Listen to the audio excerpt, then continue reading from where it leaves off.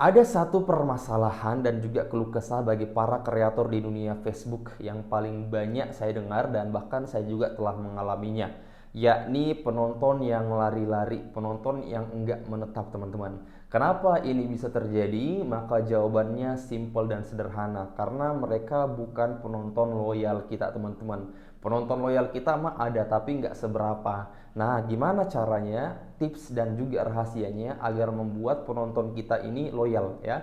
Pengikut-pengikut yang follow kita ini mereka loyal terhadap konten-konten kita, ya, nungguin konten-konten kita kemudian ditonton konten kita sampai habis, teman-teman. Itu penonton loyal. Dan ini sebenarnya yang paling penting bagi para kreator agar akunnya itu nggak pernah sepi, teman-teman.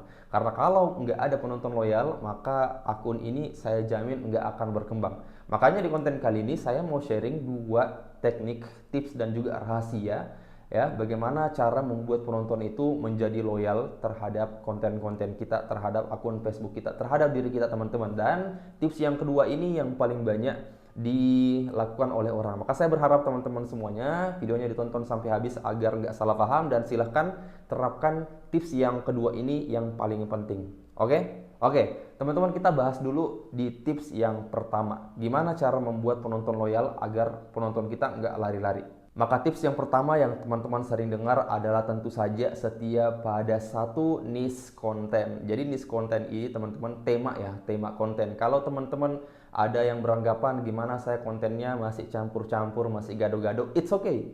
It's okay, konten yang gado-gado, yang campur-campur, oke, masih aman. Kenapa masih aman? Ya karena kita masih mencari jati diri konten kita itu seperti apa ya. Jadi misalnya gini, teman-teman ya. Di awal kita membuat karir konten, yang masih bingung tema kontennya apa, silakan buat konten dari segala tema ya. Misalnya konten hiburan buat, konten edukasi juga buat, konten tutorial juga buat, atau konten-konten yang lain ya, masak dan lain sebagainya, silahkan dibuat ya. 1 bulan atau 2 bulan kalau teman-teman masih mau mencari jati diri ya. Resikonya tadi itu ya, penontonnya nggak loyal ya. Setelah 2 bulan kita membuat konten tersebut, maka silahkan sekarang kita melihat, kita evaluasi.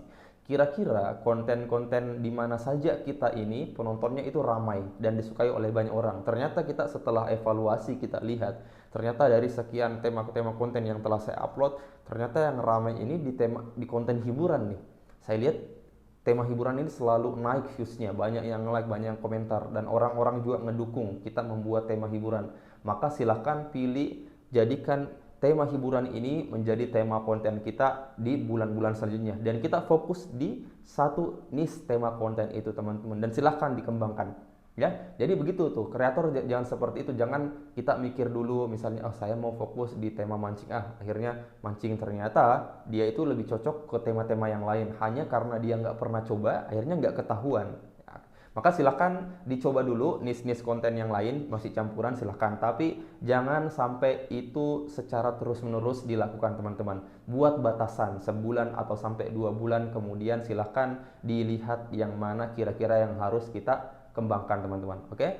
Oke, kemudian saya kasih saran ya untuk teman-teman semuanya. Kalau misalnya teman-teman mau buat konten yang paling banyak disukai di zaman sekarang, konten-konten yang ramai itu, yang pertama itu ada konten hiburan. Kenapa konten hiburan? Karena orang banyak bermain media sosial, apalagi di dunia Facebook itu, mereka menjadikan Facebook itu hanya untuk tempat melepas lelah mereka, untuk menghibur mereka. Jadi mereka banyak mencari konten-konten kreator hiburan. Makanya itu konten hiburan menjadi ramai, teman-teman. Kemudian ada juga konten daily my life ya. Teman-teman sudah tahu lah kontennya seperti apa. Ini juga menjadi ramai, teman-teman. Karena kenapa? Karena biasanya konten-konten daily my life ini dia dikemas oleh orang tua, oleh ibu-ibu ya. Kemudian kebiasaan di rumah, aktivitas di rumah. Kenapa bisa ramai? Karena ini relate sama kehidupan para penonton ya.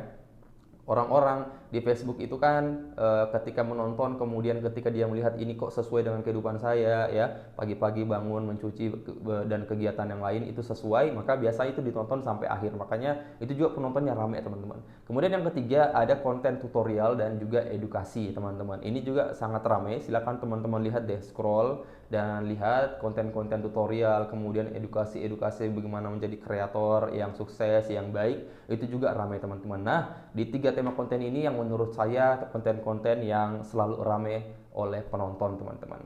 Oke, sekarang tadi itu kita bahas ya tips yang pertama. Sekarang kita akan bahas tips yang kedua yang harus teman-teman terapkan agar penonton teman-teman ini loyal. Oke, apa itu? Buatlah konten yang disukai dan juga dibutuhkan oleh audiens teman-teman. Jadi kalau misalnya kita sudah setia pada satu tema konten, maka yang harus dipikirkan, yang harus kita perbuat selanjutnya adalah bagaimana caranya agar kita bisa membuat konten yang disukai dan juga dibutuhkan oleh banyak orang teman-teman ya.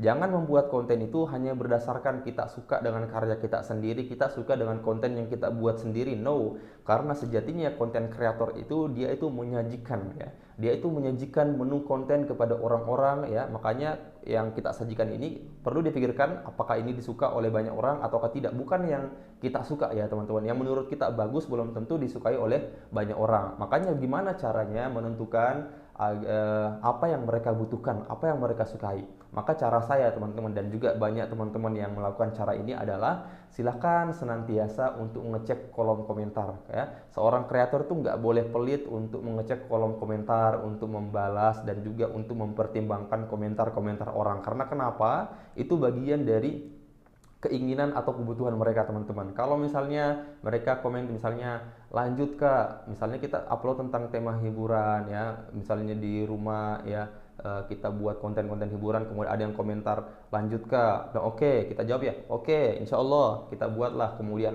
besoknya konten hiburan lagi. Nah ini salah satu cara atau salah satu teknik gimana cara bisa menentukan konten yang mereka sukai dan juga yang mereka butuhkan teman-teman. Dan teman-teman juga bisa pakai strategi yang lain, misalnya kita ngefollow kreator-kreator yang satu tema dengan kita ya, tema hiburan misalnya, kemudian kita lihat konten-konten hiburan dia yang membahas tentang ini ternyata meledak ya, banyak yang berkomentar dan lain sebagainya di konten-konten seperti ini. Maka kita bisa buat versi dengan diri kita sendiri ketika kita membuat konten yang sama tapi tokohnya berbeda, tempatnya berbeda, alur ceritanya mungkin agak sedikit sama tapi karena suaranya juga berbeda, kita kemas dengan diri kita sendiri, itu juga pasti akan meledak teman-teman. Yang penting dikemas dengan secara menarik ya, audionya bagus, pengambilan gambaran juga bagus, maka insya Allah juga itu akan banyak disukai oleh banyak orang teman-teman. Jadi silahkan kita buat konten yang disukai dan juga diinginkan oleh banyak orang, bukan yang kita sukai teman-teman. Oke, ini tips kedua yang harus kita usahakan teman-teman ketika kita ingin akun kita berkembang dan kita memiliki penonton yang loyal, yang memang setia